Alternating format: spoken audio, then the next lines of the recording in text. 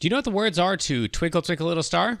If so, tell me, what's the 14th word? Just tell me right now. What's the 14th word? I mean, you know the lyrics, right? Wait, why are you using your fingers? Just tell me what the 14th word is. When you said that you knew what the lyrics were, you probably meant, well, I could know what the lyrics are if I go through the process. Well, what if I told you that everybody else, when they say they know the lyrics to a song, they mean they know that the 14th word of Twinkle Twinkle Little Star is world? That's just the way that we all normal people are thinking about lyrics. Well, that's exactly how I felt when I found out that when we all say, think of this image in your mind, that some people are actually thinking of the image in their mind. If I tell you to think of a red apple, you might be able to picture a red apple. I thought we all just meant that metaphorically. Like, yeah, if I saw a red apple, I would recognize that's a red apple. But I don't just have a picture that I can conjure of a red apple. And apparently, I'm the weird one. This is called aphantasia. It's the inability to conjure vivid images in your mind. And I almost went my whole entire life thinking that when you and I say, picture this in your mind,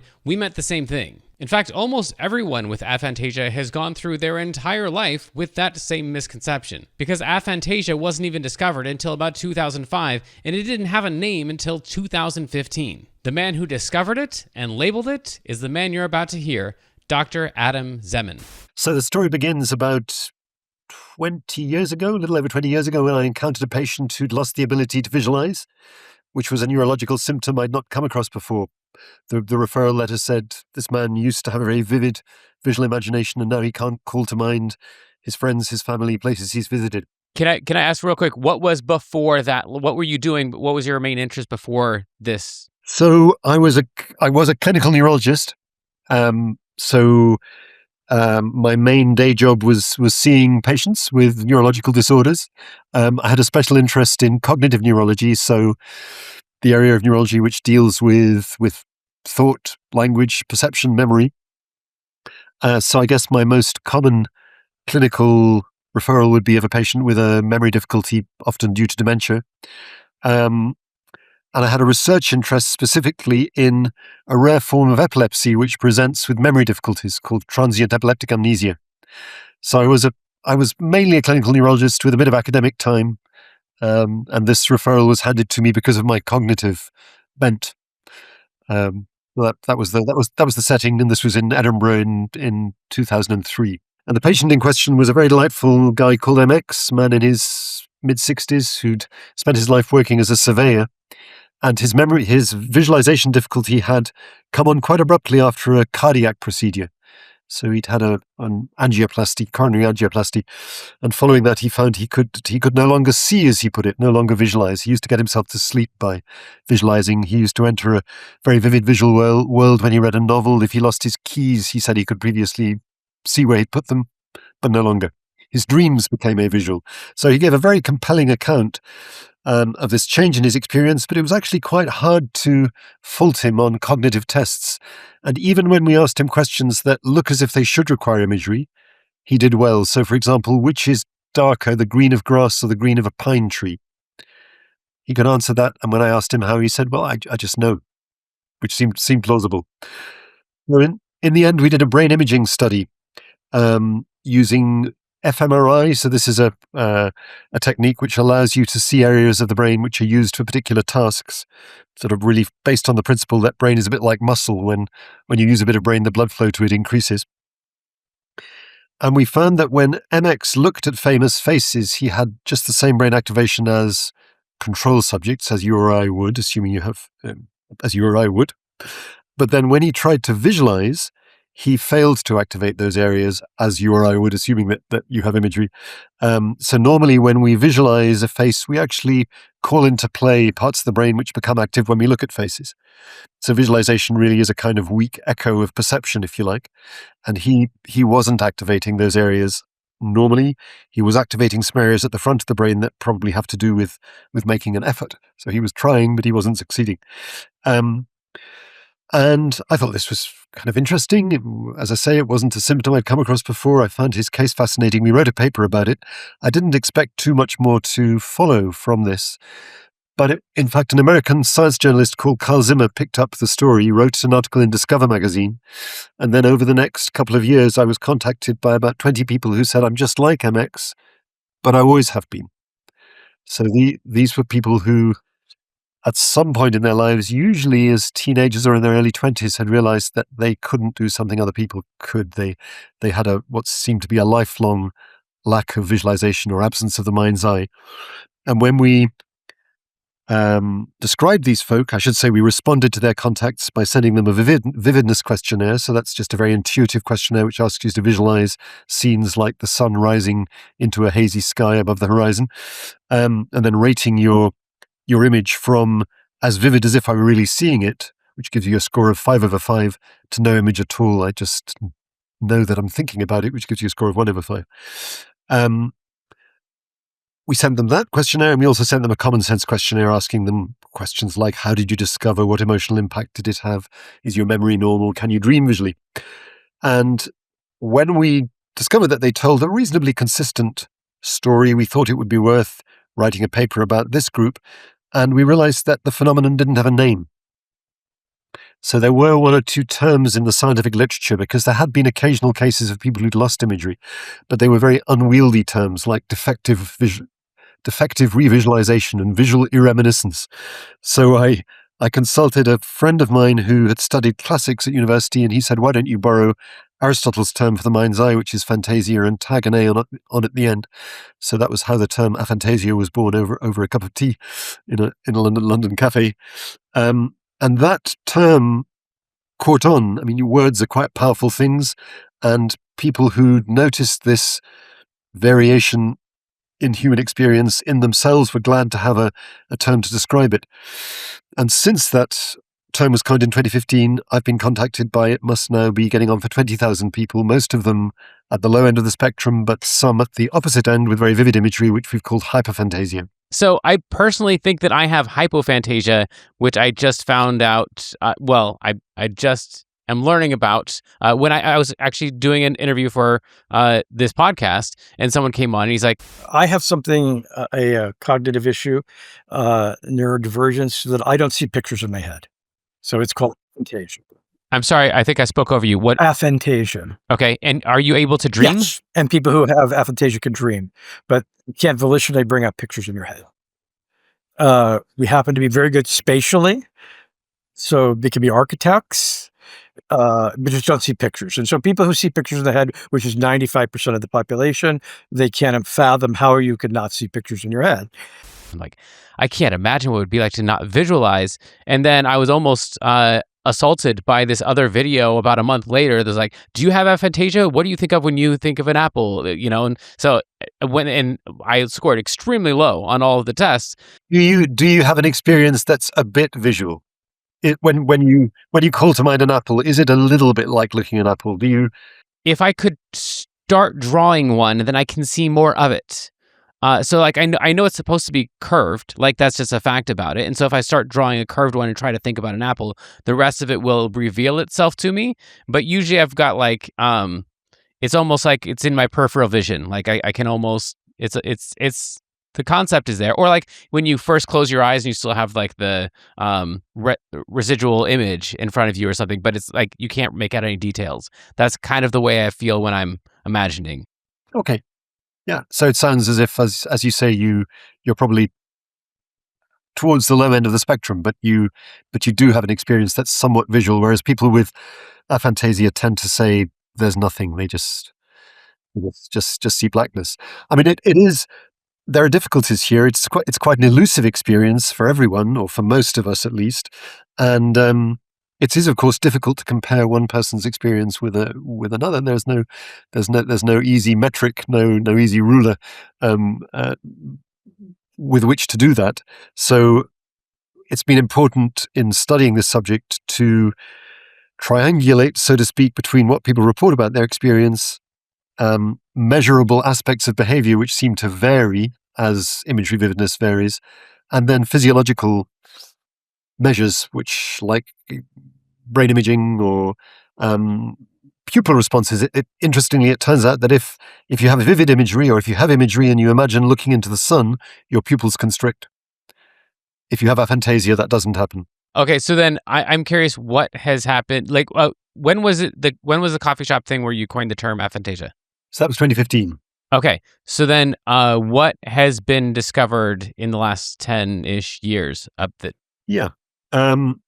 So there's been really quite a lot of interest, more than I would have predicted. I think because we live so much of our life in our heads, and it's therefore of interest to discover that there are people whose inner lives, whose experience is very different to yours.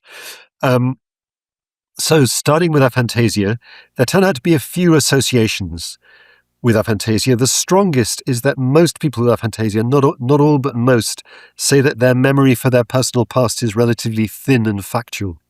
So most of us, if we think about last year's holiday, can kind of, to some extent, travel back there imaginatively, summon up the look, perhaps the sound, perhaps the feel and taste of the place we visited, and episodes during the holiday. People with aphantasia tend to find that hard. They know what happened. They know the essentials, but they can't relive the experience. They can't engage in mental time travel, as it's called, to the same extent as people with imagery, and that's a kind of measurable phenomenon. So it does seem that people with aphantasia on the whole have a less rich recollection for their personal past than people with average imagery, and people with hyperphantasia have a kind of super rich recollection. So that's one association. A second association is an interesting one because it's a perceptual phenomenon rather than an imagistic one, and that's that quite a few people with aphantasia have trouble recognizing faces. So there, for some reason, there's a link there. There's a subgroup of people with aphantasia with autism, so autism seems to be associated. And I should say that I don't think aphantasia is one thing. I think it's a feature of experience which can occur in a number of different contexts. So it probably has subtypes, which we haven't quite teased out yet, but I think they're going to be there.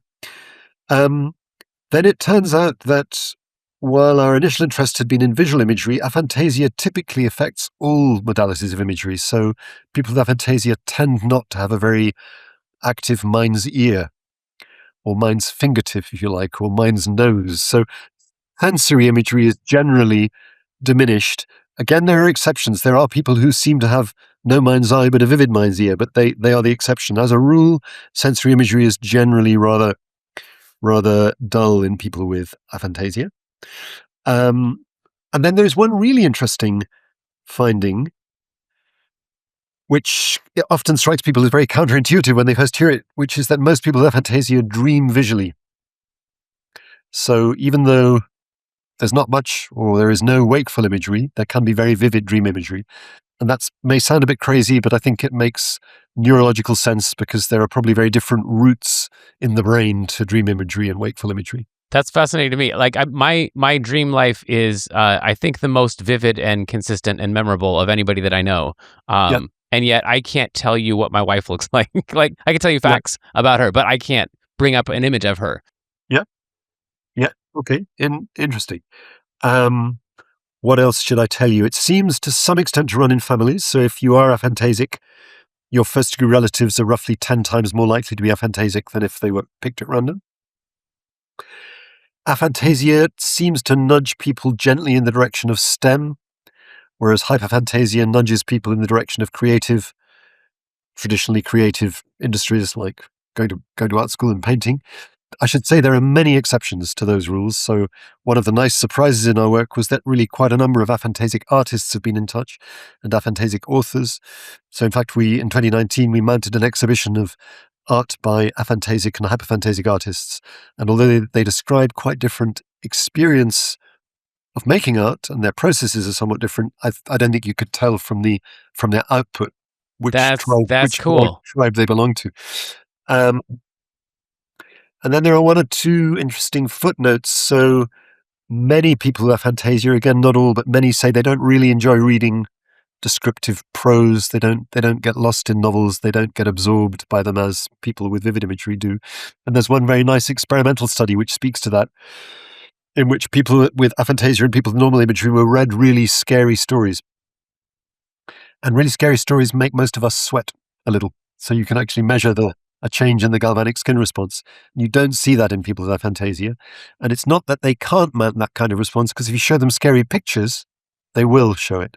So the explanation was that you need imagery to kind of mediate between the text and the gut response. What else? The other sort of major line of inquiry, which is still work in progress, has been to look at what's happening in the brain. What distinguishes brain activity in people with aphantasia and people with imagery and hyperphantasia. And the story seems to be that there seem to be differences. They're not quite as simple as you might have predicted from our original case, MX. Perhaps a nice way into them is through a study which we conducted. I think it was the first study of this kind. There have been quite a few since. And one of the things we did was to ask people just to lie in a scanner. And we looked at their resting brain activity. And it turned out that if you have vivid imagery, you have quite strong connectivity between the front of the brain, which, if you like, is the thinking brain, and the back of the brain, which is the sensory brain, particularly the visual brain. So people with vivid imagery have strong resting connections between thinking areas and visual areas, whereas people with aphantasia have weaker connectivity. So it makes intuitive sense. If you think of a tree, if you're hyperphantasic, that thought is going to translate itself very naturally and immediately into an image of a tree. What subsequent work has shown is that when people with aphantasia think about objects, they do seem to activate visual regions of the brain, but the activation it's not quite as perception-like as in people with imagery, and there are differences in connectivity. So the differences are subtler than you might have initially predicted, but they're there. Is there a relationship between visual imagery and emotional attachment, like philosophically? Like if, for example, we're talking about my kids, if I am unable to visualize my kids as I'm talking about them, do I have less of a propensity to speak about them, more or less detached? So that's a really interesting question, which we're only just beginning to investigate properly. But certainly, anecdotally, many people with aphantasia say that they seem to move on more easily than their friends and relations, move on from a breakup or between change of cities, change of job. And it does look as if, in a way, being aphantasic allows you to be a little more present and somewhat less preoccupied by thoughts of the past and longings for the future. So I think there are probably advantages as well as disadvantages. I should perhaps say that I don't think aphantasia is a disorder. I think it's a variation in experience which has its advantages and disadvantages. So I think I'm going a little beyond the evidence, but my impression is that yes, as you say, I think there probably is, attachments are probably a little less strong. It's not that people with aphantasia are unemotional or unempathic, but they're able to be more present because as I say, their minds are less likely to be occupied by thoughts of past and future. That reminds me a little bit of like sociopaths and psychopaths there's just the ability to be only here and not have concerns in the present or future. Yeah, but I mean it's also something that many people seek, isn't it? There's that's what people are looking for through mindfulness and meditation. Often the ability to be in the present. So I don't think it's to be identified with sociopathy or psychopathy at all. Sure. Yeah. Fair enough. But I take the point. I think there are some emotional implications, and it may be that it's protective against some afflictions which are linked to imagery. So PTSD, for example. I remember somebody saying that he found it easier than the rest of his family to kind of do disgusting things, to do disgusting jobs, because he knew he wasn't going to be troubled by images and thoughts of them afterwards in the same way. Well, so then I've got this thing where I avoid all kinds of negative or scary images because in the moment I'm perfectly fine, but I know that night I'm going to relive those very vividly, right. So like I avoid it just because like I can't tell in the moment that I'm being impacted by it. I feel fine, and then I just know that like I feel like that's getting stored for later. So will in your case, is the reliving in your dreams?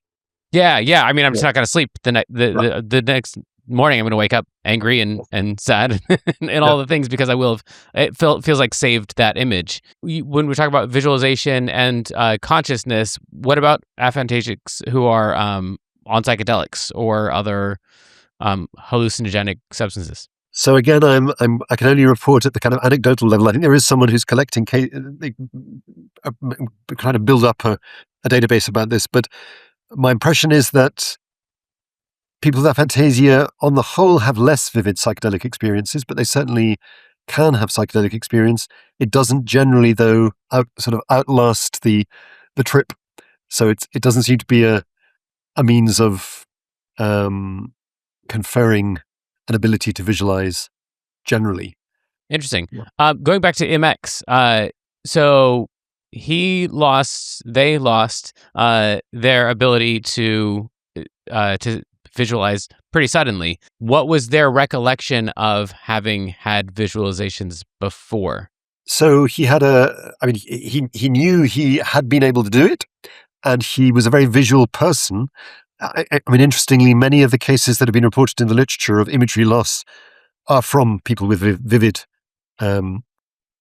prior imagery, which makes sense because you'd only notice you'd lost it if it was fairly strong to begin with. So he remembered that he'd been able to do it. He said he was a very, very kind of grounded guy. He wasn't devastated by it, but he said, "I miss not being able to see." He used to enjoy visualizing places he'd been, friends and family. He used to get himself to sleep by doing so. And then there were one or two interesting developments over the first 2 or 3 years after the loss. So one was that not long afterwards, maybe a year or so afterwards, he recovered visual dreaming.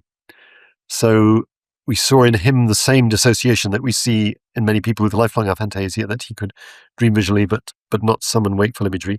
And then he found that when people mentioned familiar places, he would sometimes just get a flash of an image. He said it was as if you were flicking through the pages of a photo album and an image just flashed past you, but he couldn't hold on to it. Was there anything associated with regaining visual imagery? So he didn't regain it in a way that he found really useful because he couldn't control it. No, I mean, I don't. This didn't have a huge impact on him at any point. He was just puzzled by it. He was curious, which again is often the reaction of people when they realize they are aphantasic.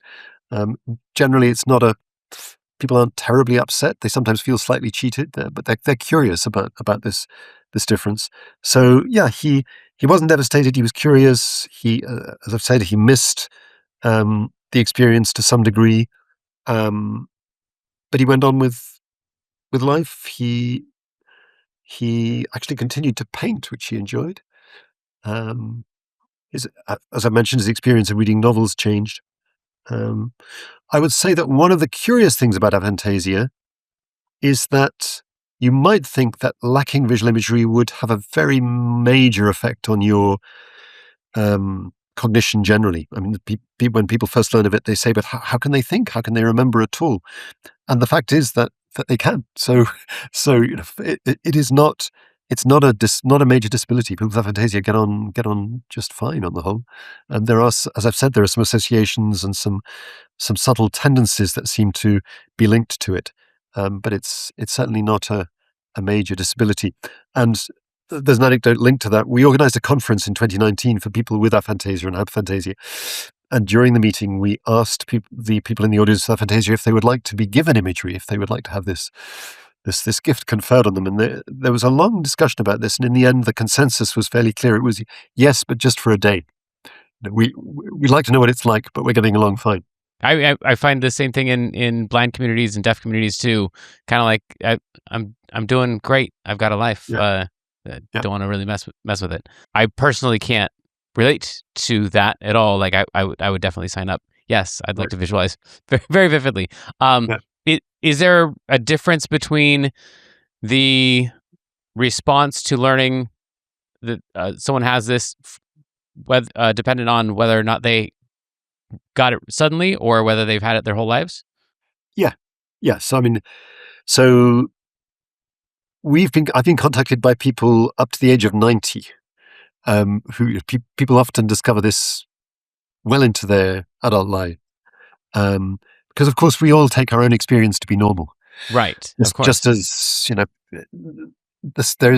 I don't know whether you've discussed synesthesia or whether that's an interest of yours, but people who who see colors when they listen to music, or see days of the week, or letters or numbers in color, often assume that everybody does, and then when they're very startled when they discover that they differ in this respect.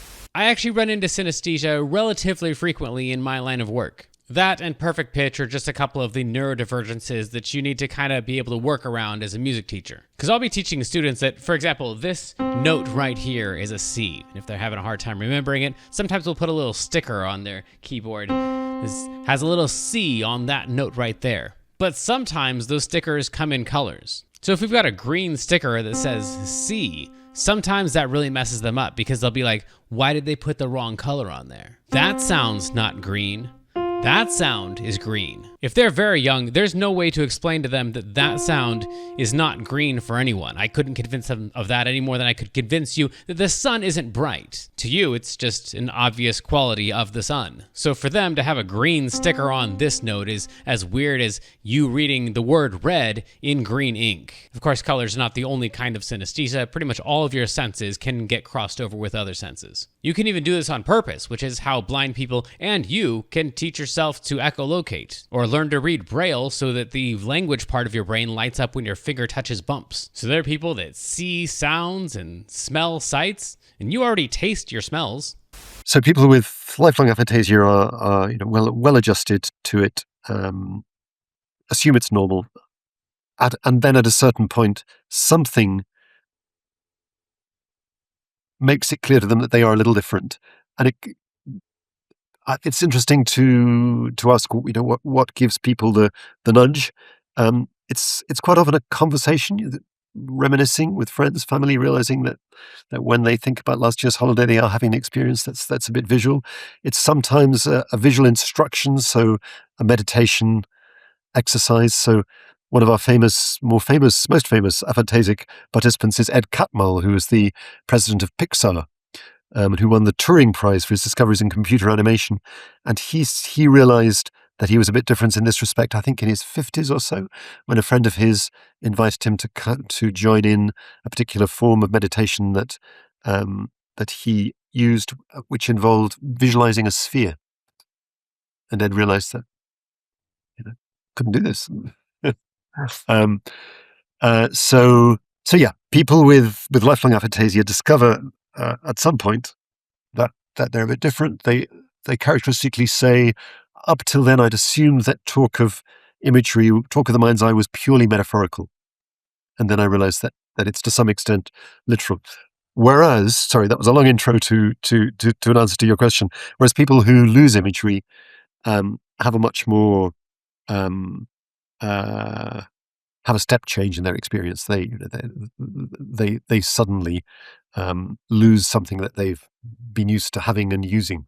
Well, perhaps another point to make, it seems that people who have imagery use it in a variety of ways, for example, creatively, but it's clearly not required for thought or creativity.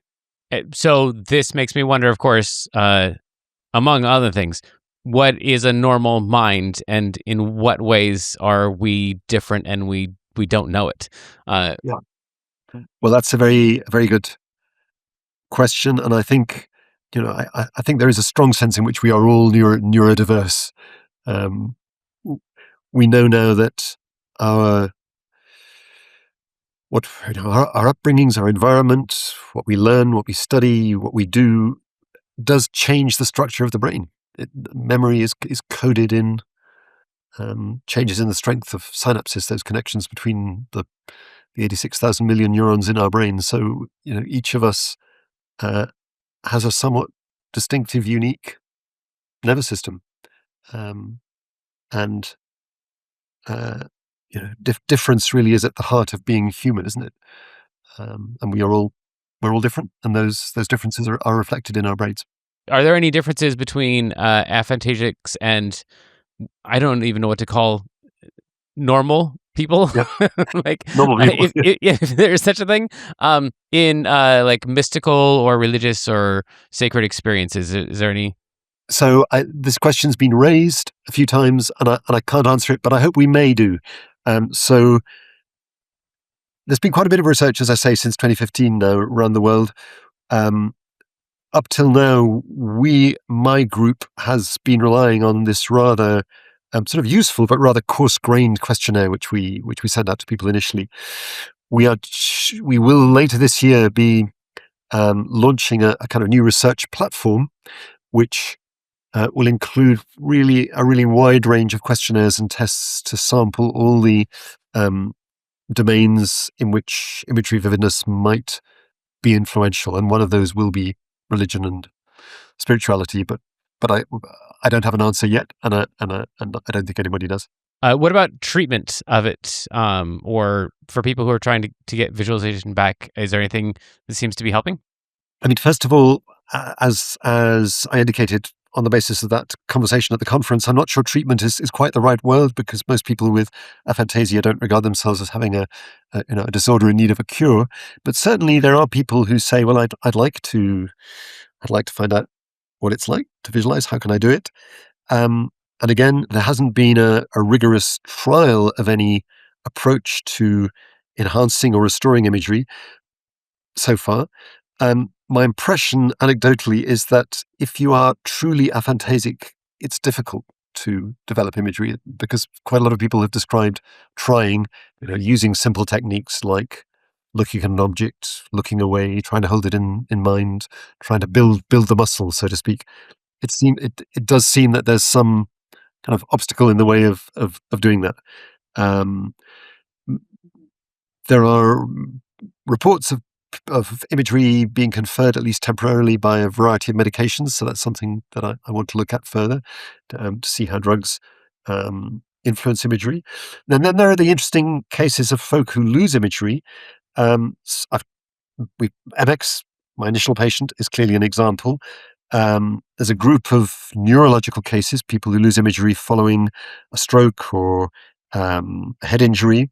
But then there's also a really interesting group of people who lose imagery, or in whom imagery becomes diminished for psychological or psychiatric reasons. So depersonalization disorder, for example, is often associated with a weakening of imagery. Depression certainly can be.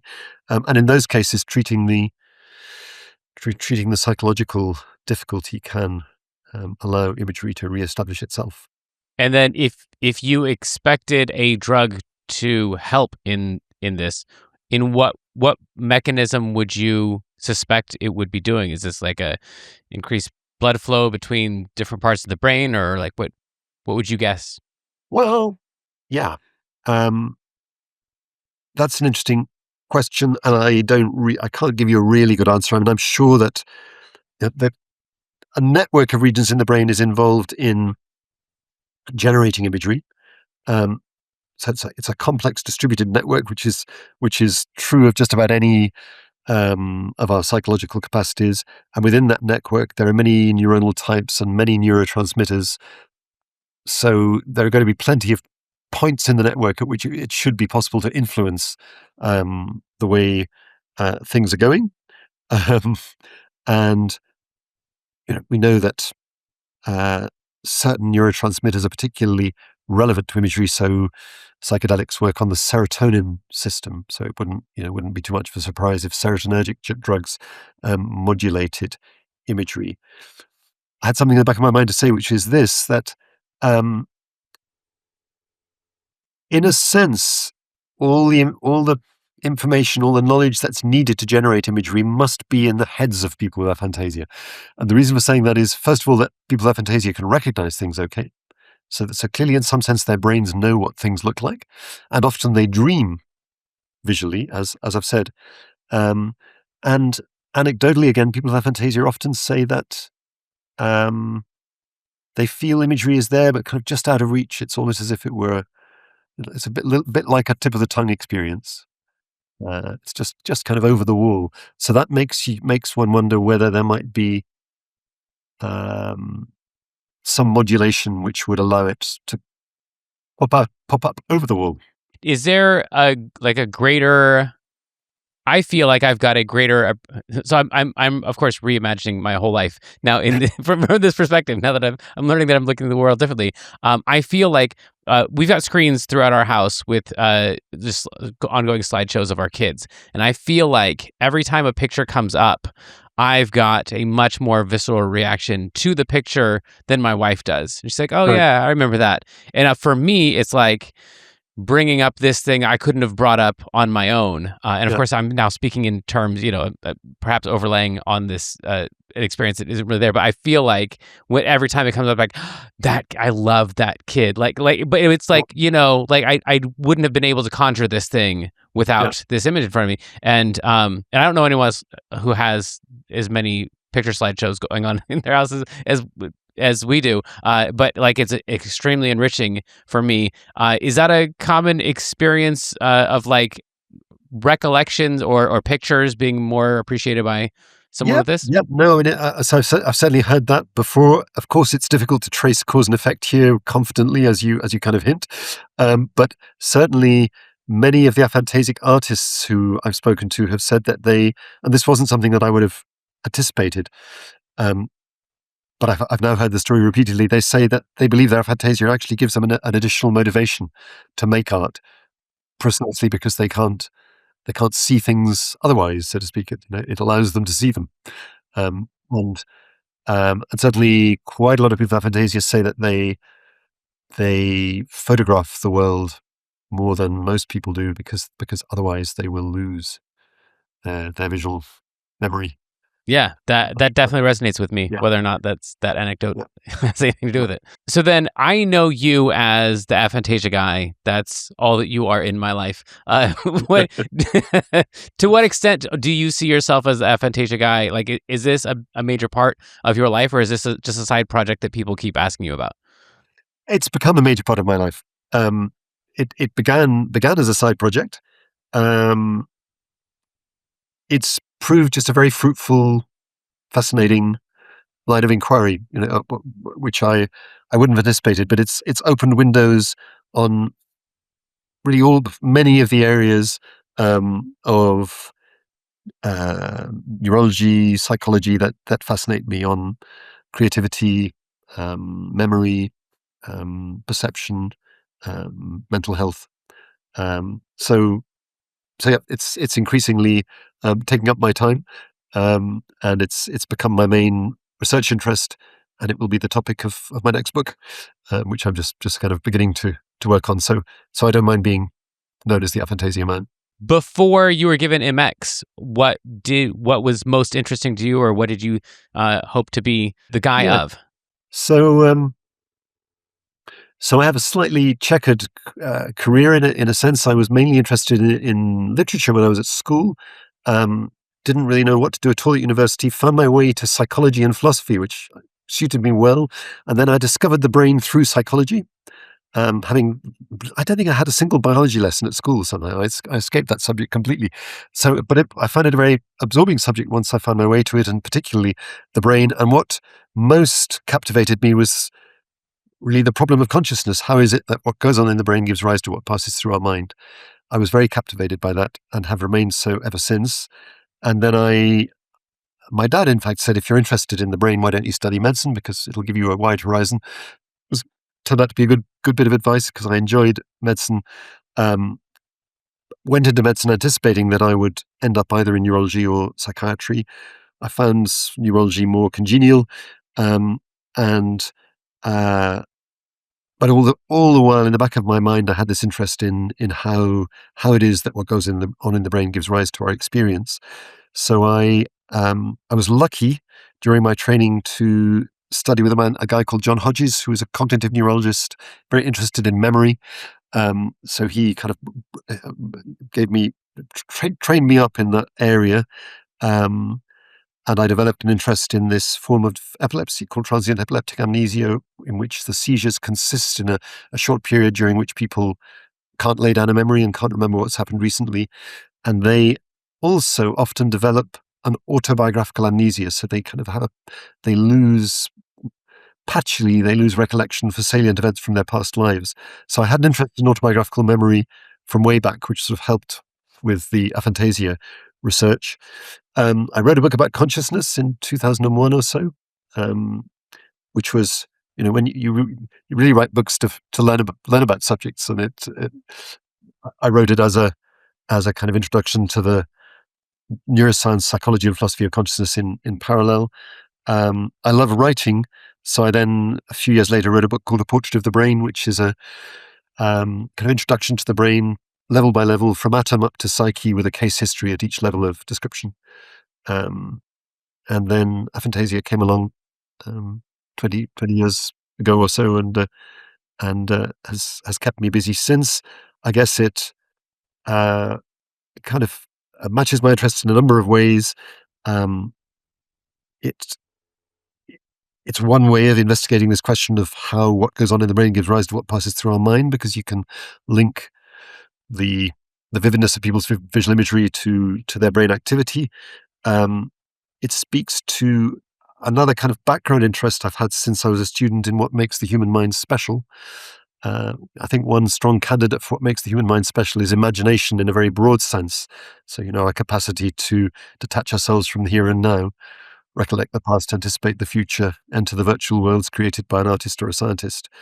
Visualization is one element, one kind of facet of imagination, but it's certainly not the whole story. And I'd also always enjoyed visual neuroscience, because it's probably the area of neuroscience which is best worked out. We have the richest understanding of how what happens in the brain gives rise to our visual experience. And as we discussed earlier, visualization is a kind of echo of perception, echo of vision in the brain. In what ways has the discovery of aphantasia affected your own personal thoughts about consciousness or the human experience? I think, starting with the human experience, I think it has reinforced my sense that we are very different, and that there are deep invisible differences between people, which only come to light when something allows a moment of insight, a kind of epiphany, which easily might not occur. So I'm sure many people with aphantasia will lead their entire lives assuming that their experience is normal. So it's reinforced my sense that we're very different, and I think difference is right at the heart of our humanity.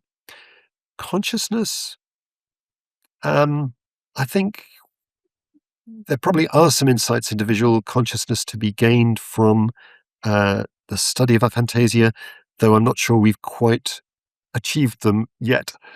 So one idea about consciousness is that, or at least the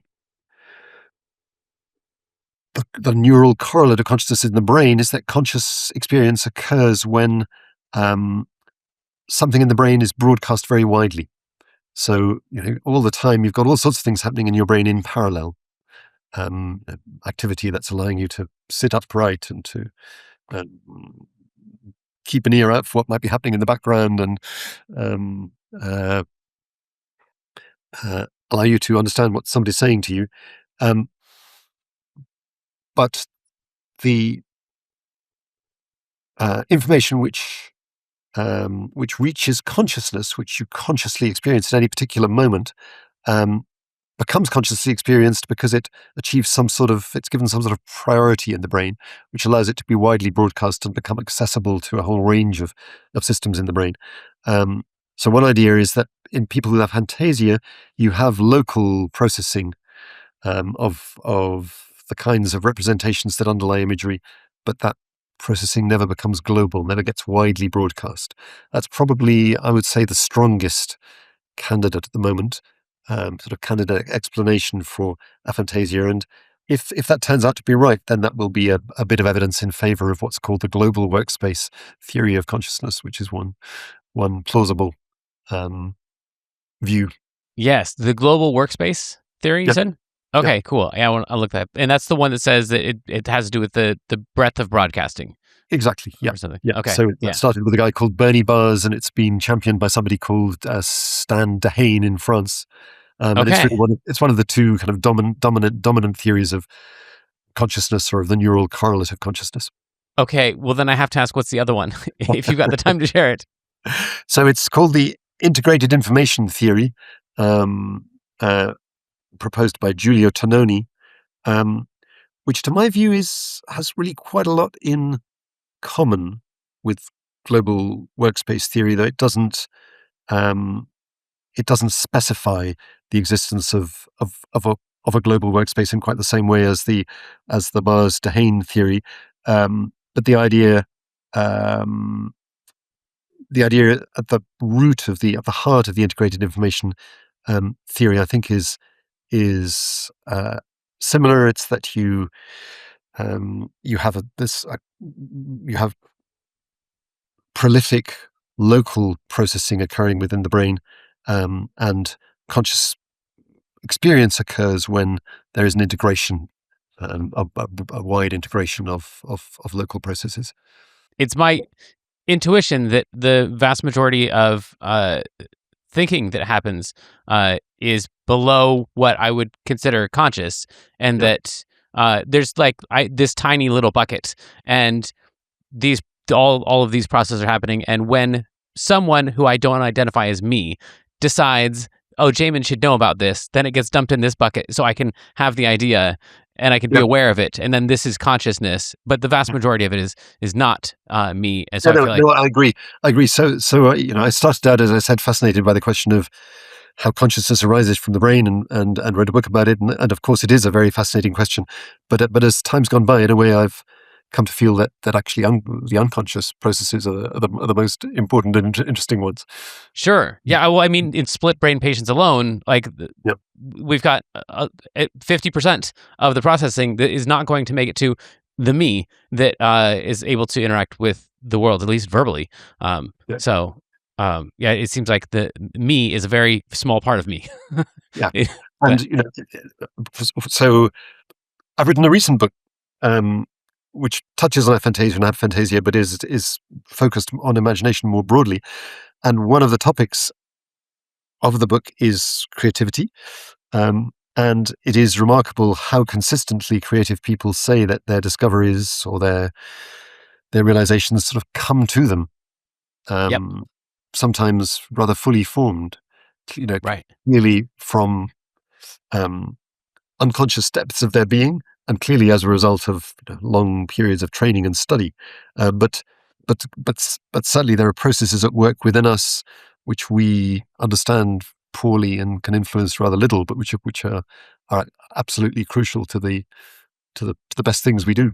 I very much appreciate your time and sharing your insights with me and my audience. Great. Well, I've enjoyed speaking. Thank you all for joining me on this continued quest to understand our diverse experiences. It's fascinating to me that language is exactly the thing that made me think I was having the same experience as someone else when I wasn't. And yet language is also the thing that made me realize that my experience wasn't the same as everyone else's. Every attempt at empathy is, at least in some part, an act of projection. So it must be with great humility that we attempt to have compassion for each other. It's the best way to learn about others. I think it's the best way to learn about ourselves. So until next time, my distant cousins, know that I'm rooting for you, and I think you should too.